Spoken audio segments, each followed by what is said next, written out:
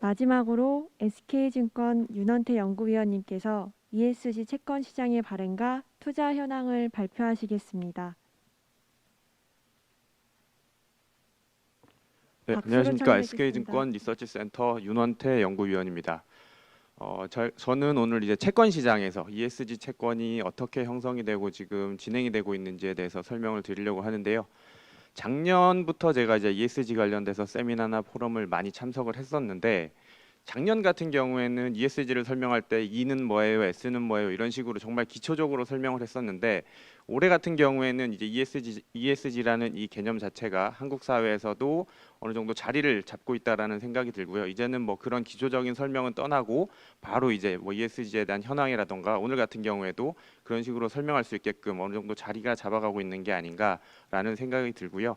오늘 제가 ESG 채권을 설명하려는 이유는 ESG 채권이 상당히 중요합니다. 왜 중요한가 하면 최근에는 이제 기업의 경우에는 ESG 경영을 강조하고 있고 투자자들 경우에는 ESG 투자를 확대하려고 하고 있습니다. 그런 과정에서 ESG 기업의 경우에는 ESG를 할 때 주식을 가지고 ESG 주식이라는 건 따로 없기 때문에 ESG 주식이라는 건 활용할 수가 없고요. 그렇게 된다면 기업은 ESG 경영을 하는 데 있어서 자금이 필요할 경우에는 환경과 사회적 사업을 위해서 자금이 필요할 경우에는 ESG 채권을 가지고 조달을 하게 되고, 이렇게 조달할 경우에는 기업의 입장에서는 ESG 경영이라는 것 자체가 ESG 채권의 양과 직접적인 관련을 맺기 때문에 ESG 채권이 ESG 경영에 있어서 상당히 중요하다라고 볼 수가 있고요. 최근에는 그래서 ESG 채권이 지금 빠른 속도로 증가를 하고 있습니다. 그래서 최근 ESG 채권이 증가하고 있는 그 속도, 양을 보시고 투자자들이 또 어떻게 지금 ESG 채권에 투자를 하고 있는지까지 설명을 드리도록 하겠습니다. 우선 글로벌 현황부터 말씀을 드리려고 하는데요. 글로벌 같은 경우에는 이미 수년 전부터 유럽과 미국을 중심으로 ESG 채권 시장이 빠르게 형성이 되고 있고 증가를 하고 있습니다. 특히 작년 2020년 코로나 사태가 터지고 그 전후로 해서 빠른 속도의 증가를 보이고 있고요. 미국과 유럽을 중심으로 거의 75% 정도 차지를 하고 있고요. 최근에 이제 아시아를 중심으로 한국과 중국, 일본이 많은 발행을 나타내고 있습니다. 오른쪽 차트를 보시면 한국이 상당히 특징적인데요. 작년까지만 하더라도 글로벌에서 한 6위에서 7위 정도를 차지했는데 올해 ESG 채권이 빠르게 증가를 하면서 올해는 이제 4위 정도까지 랭크가 돼 있고, 올해 연말로 한다면은 그리고 내년까지 증가분을 예상한다면 조만간 선두권으로 들어오지 않을까라고 생각이 됩니다. 매 연도부터 이제 보시면은 오른쪽 차트부터 간단하게 살펴보시면 19년까지만 하더라도 ESG라는 개념 자체가 우선은 환경에 몰두해 있었던 상황이기 때문에 녹색 채권, 그러니까 우선 ESG 채권 안에는 크게 세 가지 채권이 있는데요. 녹색 채권, 사회적 채권, 지속 가능 채권 이렇게 있는데, 이름에서 알 수 있듯이 녹색 채권은 환경을 위해서 조달한 자금, 그리고 사회적 채권은 사회적 투자를 위해서 조달한 자금이 될 테고, 한 가지 조심해야 될 게 이제 지속 가능 채권이 있는데, 지속 가능 채권은 뭐 기업이 거버넌스를 위해서 조달할 일은 없기 때문에 지속 가능 채권이라고 하는 부분은 사회적 사업과 환경을 위한 사업과 그다음에 사회적 사업을 위해서 동시에 작업을 할 경우에는 이제 지속 가능 채권으로 발행이 된다라고 보시면 좋을 것 같고요. 19년도까지만 하더라도 녹색 채권이 약 80% 정도를 차지를 했습니다. 그런데 20년 들어서 코로나가 발생을 했고, 코로나가 터지자 사회적 문제를 해결하기 위한 사회적 채권이 많이 증가를 한 상황이고요. 올해 같은 경우에는 다시 또 좀 사회적인 문제가 대두되고 강조가 되다 보니까 올해는 다시 녹색 채권이 많이 늘어나고 있다라고 보시면 좋을 것 같습니다. 국내의 ESG 채권 현황을 한번 살펴보게 되면 가장 특징적인 부분이 우선은 19년에는 거의 태동을 했고요. 작년부터 사실상 발행이 많아졌다라고 보시면 좋을 것 같습니다. 작년, 그다음 올해부터 이제 발행이 급격하게 늘어나고 있는데, 시장 규모로만 본다면은 지금 ESG 채권으로 발행되는 것 중에 100조 원 가량이 주택금융공사에서 발행은 MBS가 되고요. 그거를 제외할 경우에는 약 65조 원 정도 지금 발행이 되고 있는 상황입니다. 올해 가장 특징적인 부분은 왼쪽 차트를 보시면 녹색 채권 발행이 급격하게 늘어나고 있고요. 녹색 채권의 발행 주체는 대부분 일반 기업입니다. 일반 기업을 중심으로 약 전년 대비해서 10조 원 가량 늘어나고 있는 상황인 거고, 사회적 채권 같은 경우에는 이미 작년부터 공공기관과 금융기업을 중심으로 발행이 많이 나타나고 있는데 올해도 비슷한 수준의 증가율을 보이고 있습니다. 해외채를 통해서도 지금 최근에는 많이 발행이 되고 있고요. 국내 원화채로도 발행이 되고 있고, 해외채에서도 최근에 낮은 금리를 통해서 한국 기업의 ESG 채권이 투자자들에게 각광을 받고 있는 상황이다라고 보시면 좋을 것 같습니다. 누가 그러면 발행을 하냐? ESG 채권의 섹터별 발행을 한번 보시게 되면 가장 크게 이제 채권 시장 안에서는 발행 주체가 은행, 공공기업, 여전사, 그러니까 카드 캐피탈사, 그리고 일반 기업으로 보실 수가 있는데 은행이 가장 주도적으로 많이 발행을 하고 있습니다. 은행의 경우에는 투자도 많이 하고 있고 발행도 지금 많이 하고 있는 상황인 거고요. 그 다음에 공공기관, 공사들, 공공기업들의 경우에는 사회적 채권이 대부분 발행이 되고 있는데 아마도 공공기업들의 그 존재하고 있는 본질 자체가 공공기업을 목적으로 하기 때문에 최근에는 공공기업의 공사채, 그리고 이게 이제 사회적 채권으로 많이 발행이 되고 있다라고 보시면 좋을 것 같고요. 여전 기업인 카드와 캐피탈사들의 경우에는 사회적 채권과 지속가능 채권이 많이 발행이 되고 있습니다. 일반 기업들을 중심으로 이제 앞서서도 뭐 LG화학이나 아니면 SK 관련 기업들이 많이 발행을 하고 있는데요. 거의 대부분 이제 올해 같은 경우에 특히 녹색 채권을 많이 발행을 하고 있고, 나머지는 이제 사회적 채권과 지속가능 채권을 발행을 하고 있습니다. 오른쪽 차트를 보시면 등급별로 한번 구분을 해 보면 AA급 이상이 95% 이상을 차지하고 있습니다. 아직까지는 이 차트로 보게 되면 우량 기업들 위주로 발행을 하고 있다라고 보시면 좋을 것 같고요. 최근 들어서 이제 ESG 채권이 워낙 활발하게 발행이 되다 보니까 A급 기업들도 많이 발행이 되고 있는데 아직까지는 5% 정도밖에 되지는 않고 있는 상황이다라고 보시면 좋을 것 같고요. 다만 뒷부분에서 설명을 드릴 텐데 내년부터는 A급 발행사들도 상당히 늘어나지 않을까라는 생각을 가지고 있는데, 그 이유는 지난 8월에 발표했던 정부에서 ESG 활성화 방안에 A급, 그러니까 비우량 등급 기업들의 발행을 촉진하기 위한 제도적 장치가 많이 마련이 될 것 같습니다. 그래서 내년부터는 A급 발행사들도 상당히 늘어나지 않을까라는 생각이 듭니다. 기업별로 한번 살펴봤는데요. 우선은 공공기업들의 경우에는 발행량에 따라서 그냥 많이 발행하는 그 공사들이 많이 발행을 하고 있습니다. 그다음에 은행권 같은 경우에는 시중 4대 은행 그리고 기업은행을 중심으로 많이 발행이 되고 있고요. 여전사들 경우에는 거의 대부분 지속가능 채권과 사회적 채권을 발행을 하고 있는데 가장 발행을 많이 하는 현대카드와 현대캐피탈의 경우에는 녹색 채권을 발행을 하고 있습니다. 근데 이게 잘 생각을 해보면 해당사들의 경우에는 환경을 위해서 발행하는 게 아니라 전기차 관련 리스 자산을 목적으로 지금 녹색 채권을 발행을 하고 있다라고 보시면 좋을 것 같고요. 회사채, 그러니까 일반 기업들을 중심으로 보게 되면 업종별로 보게 되면 정유, 석유화학 위주로 많이 발행이 되고 있고 철강, 발전기업 이렇게 지금 많이 발행이 되고 있다라고 보시면 좋을 것 같습니다.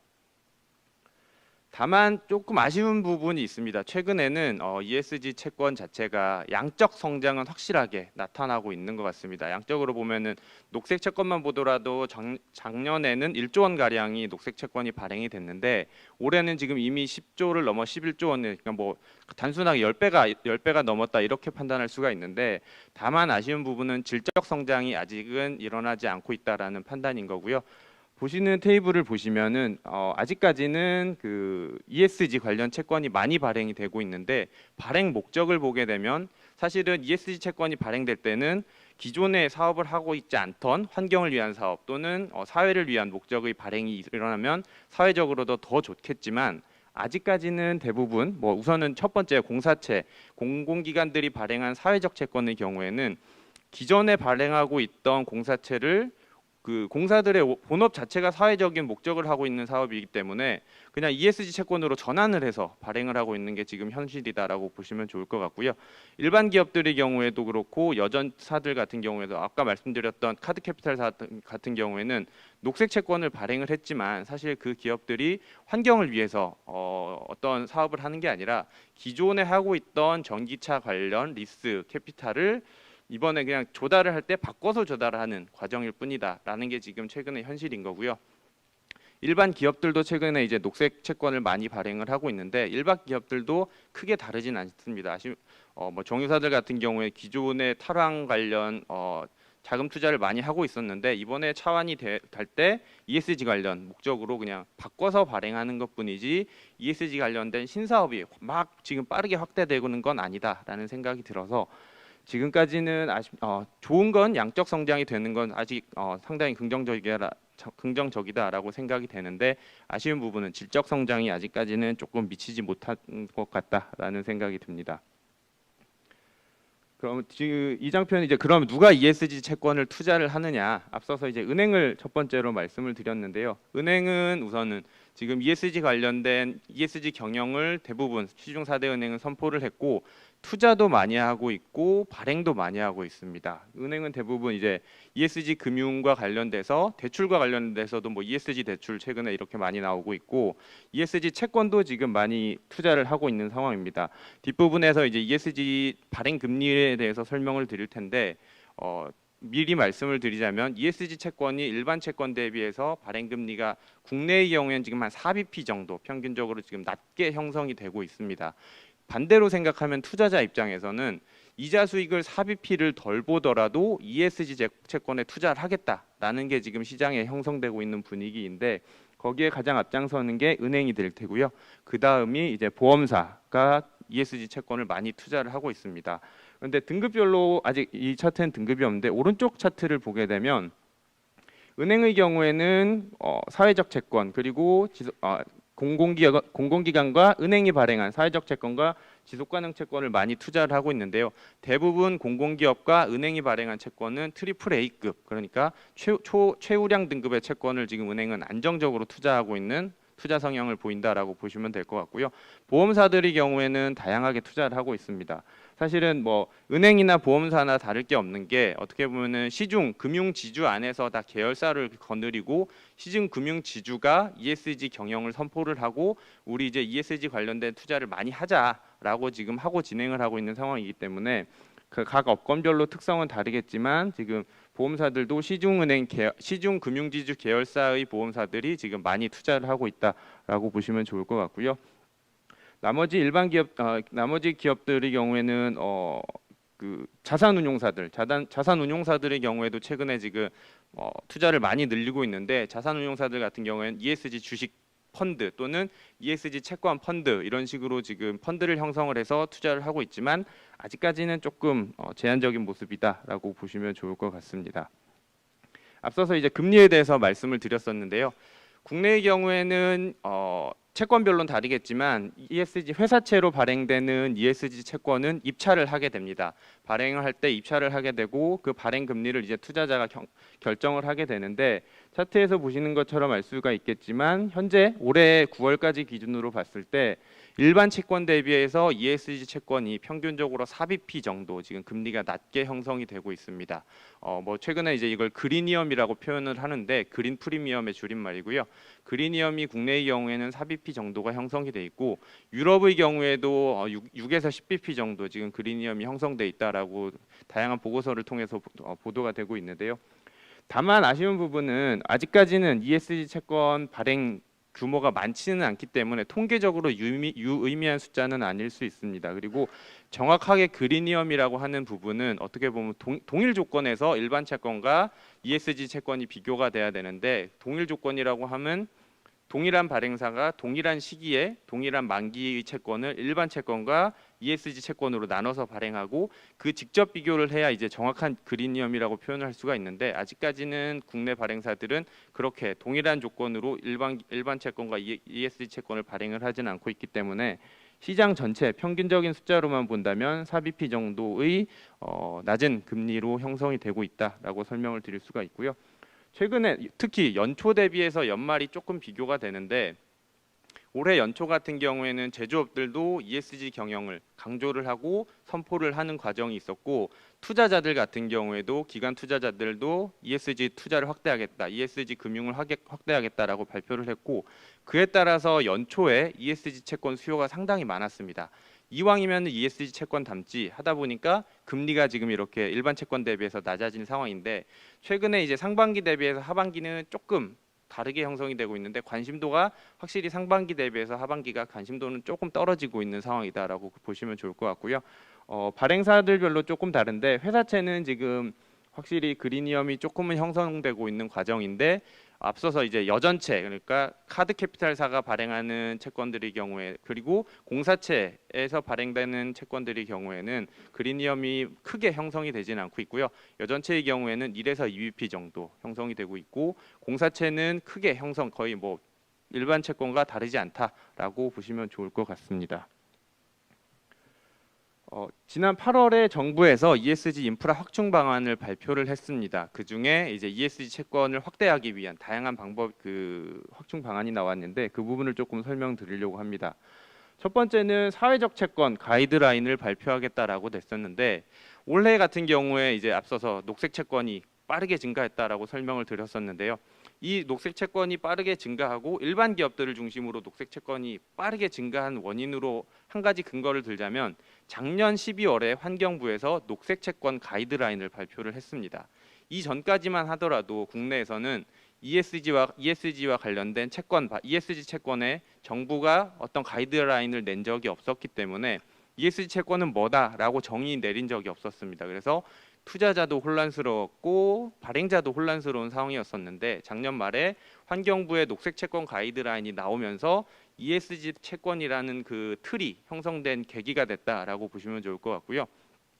그 녹색 채권 가이드라인이 나오고 나서 올해 같은 경우에 녹색 채권이 빠르게 증가한 근거가 됐다라고 저는 생각이 됩니다. 그리고 그 과정에서 이제 기업들이 ESG 경영을 선포를 하면서 빠르게 확대가 되는 과정이었는데, 내년 22년까지 사회적 채권 가이드라인을 발표하겠다고 합니다. 이렇게 될 경우에는 이제 사회적 채권에 대해서도 가이드라인이 나오면서, 최근에 이제 일반 기업들은 거의 대부분 녹색 채권을 발행을 하고 있는데, 일반 기업을 중심으로 사회적 채권이 늘어나는 계기가 될 것으로 생각이 되고 있고요.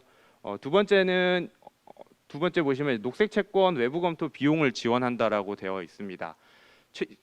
ESG 채권을 발행을 하기 위해서는 인증을 받아야 됩니다. 일반 채권과 다르게 ESG 그 프로젝트에 대한 인증을 받아야 되는데, 그 인증 비용이 현재 한 1,000만 원에서 4,000만 원 정도 형성이 되어 있습니다.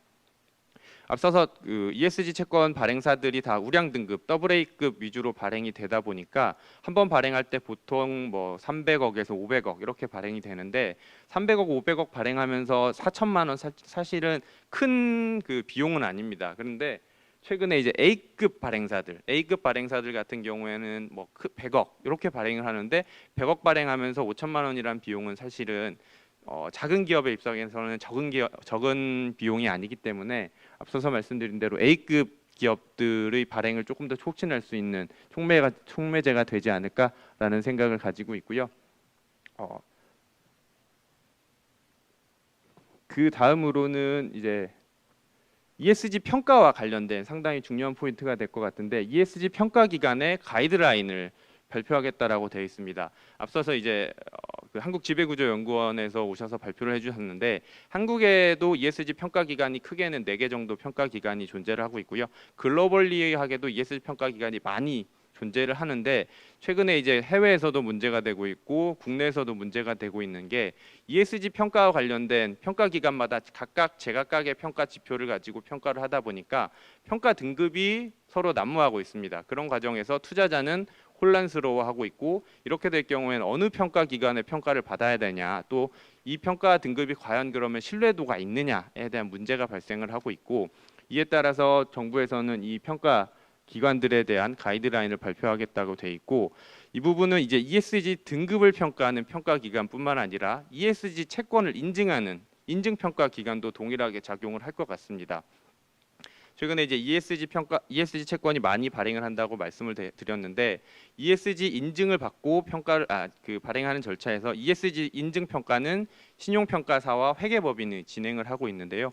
신용평가는 최근에 이제 ESG 평가 시장에 진입을 하면서 평가 등급을 가지고 평가를 하고 있습니다. 1등급에서 5등급까지 ESG 채권 등급이 발표가 되는데, 올해 1월부터 지금까지 ESG 채권 인증을 한 신용 3사 평가의 모든 평가 등급은 1등급이었습니다. 그럼 이게 정말 등급의 의미가 있느냐 싶은 수준이 지금 현재 상황인 거고, 이거에 대해서 아직까지는 정부가 어떤 규제나 또는 가이드라인을 발표하지 않고 있는 상황이기 때문에 사실은 투자자도 그럼 과연 1등급인가에 대한 신뢰도가 많이 떨어져 있는 상황이라, 내년에 이 가이드라인이 발표된다면 투자자들에 있어서 신뢰도도 상당히 높아질 수 있다라고 생각이 되고요.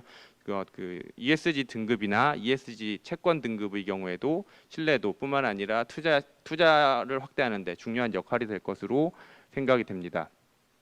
두 번째는 스튜어디십 코드 개정인데요. 지금 이제 국내 투자자들, 투자자들의 경우에는 연기금을 포함해서 일반 운용사들까지 지금 스튜어디십 코드에 많이 가입을 하고 있습니다. 결국에는 이제 사회적 책임 투자를 확대하겠다라는 건데, 여기에 이미 많이 가입된 기관들을 중심으로 스튜어디십 코드를 올해 말에 개정하겠다고 발표를 했습니다. 개정되는 주요 내용에는 ESG 요소를 더 적극적으로 반영을 해서 ESG 투자를 더 확대하겠다라고 지금 밝혔고, 가장 포인트는 이제 스튜어디십 코드에 가입되어 있는 국민연금이 될 것 같은데요. 요거는 뒷부분에 설명을 드리겠습니다. 세 번째는 ESG 금융을 다양화하겠다고 발표를 했는데, 최근에는 이제 ESG 채권이 빠르게 증가하고 있는데, ESG 채권과 조금 다른 게 지속 가능 연계 채권이라는 게 있습니다. ESG 채권은 환경과 사회를 목적으로 자금을 조달을 하게 되고, 그렇게 조달된 자금은 해당 프로젝트, 그러니까 예를 들어서 우리는 뭐 친환경 건물을 지을 거야 라고 조달을 했으면 이 자금은 친환경 건물 짓는 데만 사용이 돼야 됩니다. 그런데 지속가능 연계 채권의 경우에는 일반 채권과 동일하게 채권을 발행을 하게 되는데, 발행 과정에서 조건을 달게 됩니다. 뭐 예를 들어서 우리는 내년까지 탄소 배출을 뭐 올해 대비해서 절반으로 줄일 거야. 대신 이걸 못 줄이면은 금리를 더 올릴게, 또는 이걸 지키면 금리를 더 낮출게라고 하는, 어떻게 보면 변동금리부 채권, 조건 변동금리부 채권이다라고 보시면 될 것 같은데요. 아직까지는 국내에서는 발행되는 사례가 많지는 않습니다. 다만 해외의 경우에는 최근에 이제 지속가능 연계 채권이 많이 발행이 되고 있고, 발행사 입장에서는 자금을 사용하는데 더 쉽게 사용을 할 수가 있기 때문에 지속가능 연계 채권도 앞으로는 좀 더 확대가 될 수 있고, 기업 입장에서 조달 면에 있어서는 더 잘 활용될 수 있는 수단으로 작용할 수 있다라고 생각이 됩니다. 마지막으로 연기금의 투자를 확대할 제도적 장치를 마련할 것 같습니다. 여기서 포인트는 오른쪽 차트가 될 것 같은데요. 국민연금의 경우에는 2022년까지 책임 투자 자산을 50%까지 확대하겠다라고 이미 밝혔습니다. 2022년이면 예상하건대 수탁 규모가 900조 원에 달할 것으로 보이고 있고요. 900조 원 중에 450조 원을 ESG 투자를 하겠다고 하는 거니까 사실은 엄청난 규모다라고 보시면 좋을 것 같고요. 아직까지는 그런데 13% 정도, 작년 말 기준으로 13%고 올해는 더 늘겠지만 아직도 많이 투자할 규모가 남아 있다라고 보시면 좋을 것 같고, 이 부분이 늘어난다면 ESG 주식시장, ESG 채권 시장 빠르게 확대될 것으로 생각이 되고 있고요. 국민연금뿐만 아니라 나머지 사학연금이나 우정사업본부, 공무원연금 같은 경우에는 아직도 5%가 채 되지 않고 있습니다. 이 연기금들을 중심으로 공공기관 연기금 평가를 함에 있어서 ESG 채권을 연기금 평가에 반영하겠다라고 했기 때문에 지금부터는 나머지 연기금들을 중심으로도 ESG 투자가 더 확대될 것으로 생각이 되고 있고요. 발행사뿐만 아니라 투자자가 확대가 되면서 지금부터는 좀 더 양적 질적 성장이 이루어지지 않을까라고 생각이 됩니다. 제가 발표한 부분은 여기까지고요. 앞으로도 ESG 채권 그리고 ESG 금융시장이 발전하는 데 더 큰 기여를 하도록 하겠습니다. 감사합니다.